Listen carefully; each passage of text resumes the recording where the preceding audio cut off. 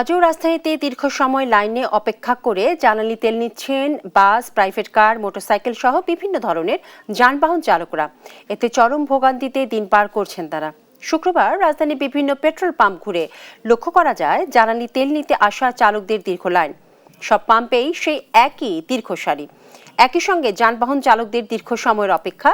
এই সংকট থেকে কবে মুক্তি মিলবে সেই অপেক্ষায় চালকরা।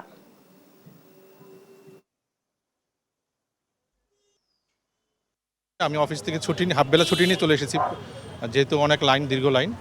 এই জোনের মধ্যে নাইলে 10-11টা পাম্প আছে। যদি সবগুলা পাম্প তেল দিত তাহলে এই সংকটটা হইতো না। আমার প্রশ্ন হচ্ছে, আপনারা একটু এখানে যান, তারা কেন ডিপোতে যায় না, কেন তেল আনে না? সঠিক দামে তেল বিক্রি হইতেছে, কিন্তু আপনার বেশিরভাগ পাম্পেগুলোতে তেল যদি দিত এই সংকট পড়তো না।